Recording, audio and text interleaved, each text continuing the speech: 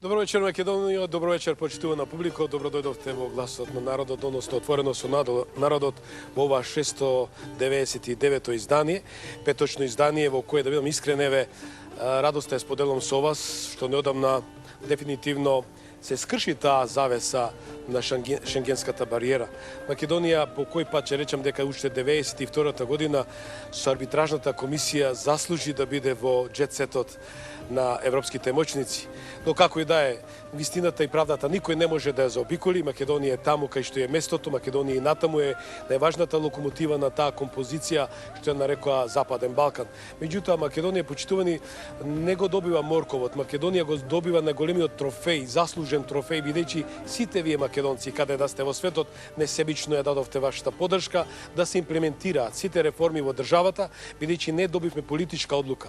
Добивме одлука на заслужени работи и заслужени идеи, бидејќи идеите беа од вас потикнати како да бидеме равноправни дел на народ, како народ во Европската унија. Верувам дека ова одлука што пристигна од Брисел допре до сите вас со една цел, бидејќи сакаме да бидеме дел, рековме, од ова на старата дама Европа, со една заедничка цел како да европјаните ја научат уште повеќе историјата на Македонија и да дојдат во нашата земја, бидејќи ние како македонци секогаш сме добродојдени секако на тие простори, знаеме, умееме како да ја представиме Македонија во сите сфери на животот, од сите кругови, да речам, и културата, уметноста, економијата, политиката и така натаму. Ја споделам уште еднашка таа радосна вест, верувам дека веста која и ќе ја добиеме, дај Боже што поскоро, а тоа е дека дефинитивно ќе го добиеме и датумот за преговори без никакви ултиматуми и уцени. Тоа е мојата желба и мојата визија, со што навистина Македонија не заслужува по кој пат ќе речам да биде уценувана и дадена, ставена пред страмен чин, односно да биде се оскршена кичма. Бидејќи уставното име на Република Македонија не може да се сменува преку ноќ и кој како сакам да милува и да се пазари со него. Затоа велам дека Македонија има вистински политичари кои знаат и умеат како да менаџираат и да се однесуваат во политичкиот амбиент, бидејќи покажа колку цврстиот орев е секогаш поавторитетен отколку пифтиисто, да речам, или тој слабиот грб кој знаеше да се искрива част на едната, част на другата страна. Тоа е мојот воведен мал коментар за вечерашната емисија, со оглед дека вечерашната емисија е доста интересна, имавте можност овие 24 часа, речем повеќе 30 часа, преку Форшпанот да следите темата која ќе биде, но да не должам, со оглед дека имаме доста теми, доста интересни содржини и гости, одиме со Бигорски и се враќаме во студиото.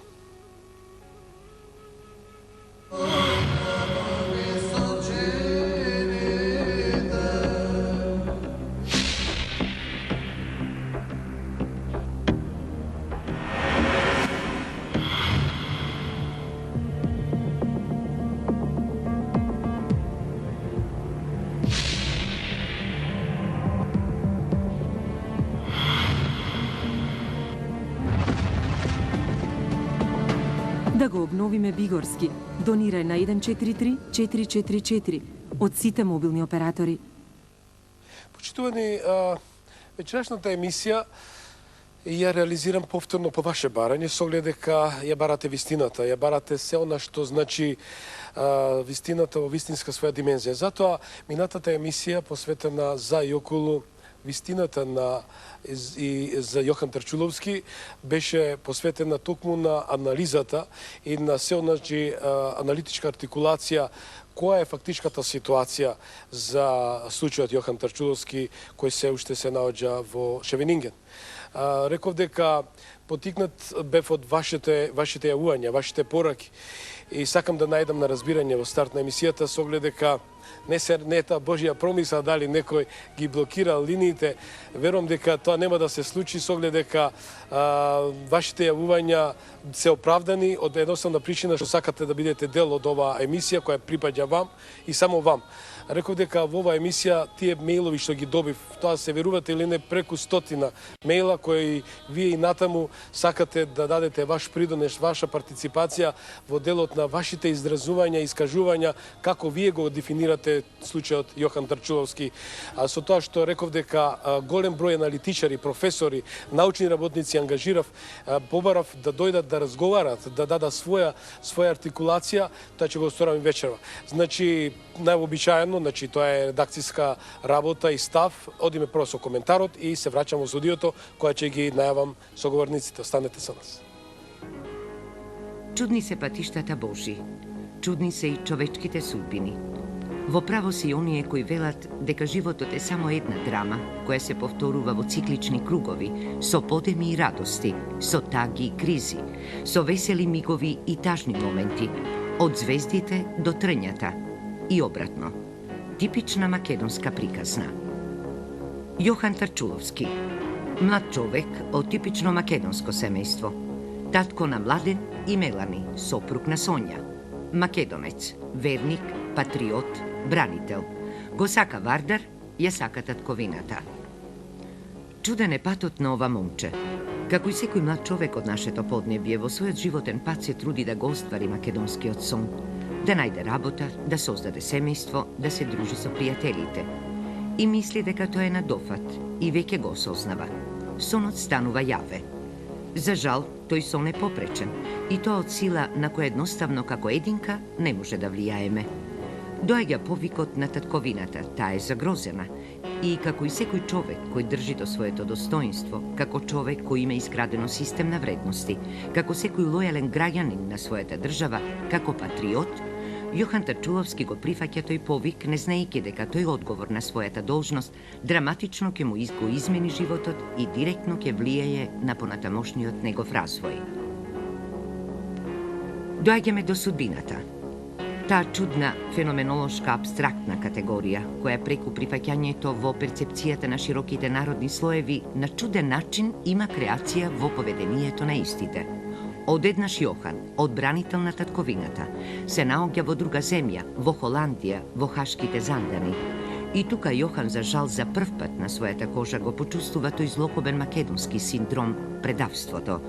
Во еден априлски ден во 2005 година, Јохан е буквално киднапиран и депортиран од скопските улици во Хашкиот притвор. Таму е повеќе од 4 години. Тешки години. Најтешки за него и за неговото семејство.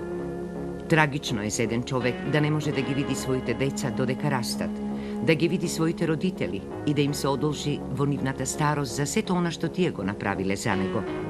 Да го гледа својот Вардар и својата репрезентација единствено на телевизија. Голем е тој човек кој тоа го издржува. Чудна е таа сила.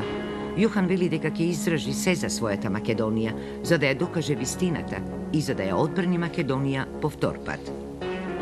Јас сум сигурен дека кога Јохан ги доживуваше своите искушенија на почетокот, ни најмалку не веруваше дека токму ова негово животно искушение ќе придонесе на дело да ги доживее сите македонски феноменолошки категории, дека на ова премрежје ќе види работи кои не верувал дека ќе ги види, но и дека на овој тргнов вид пат од неговиот живот ќе добие и животна школа од непроценливо значење. Јохан Тарчуловски во Хаг не отиде сам. Со него отиде и Љубе Бошковски, неговиот непосредно предпоставен во безбедносниот синџир во кризната 2001. Неговиот командант, човекот кој Јохан го нарекуваше брат, кој велеше дека ќе се грижи за децата на Јохан, исто како што Јохан вети дека ќе се грижи за децата на Љубе. Таму беа заедно и велеа дека делат исти судбини. Но дали беше тоа баш така?